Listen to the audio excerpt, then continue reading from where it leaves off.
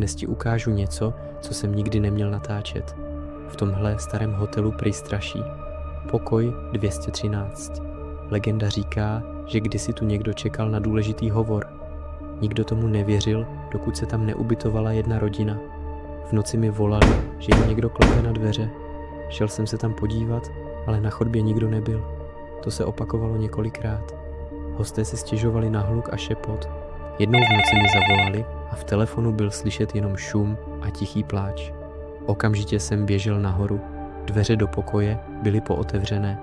Nahlédl jsem dovnitř a uviděl malou holčičku sedět na posteli zády ke mně. Šeptal jsem, halo, ale ona se neotočila.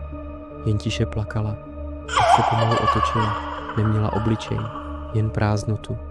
Utekl jsem a dal výpověď. Ten zmeškaný hovor z pokoje 213 mám v telefonu dodnes.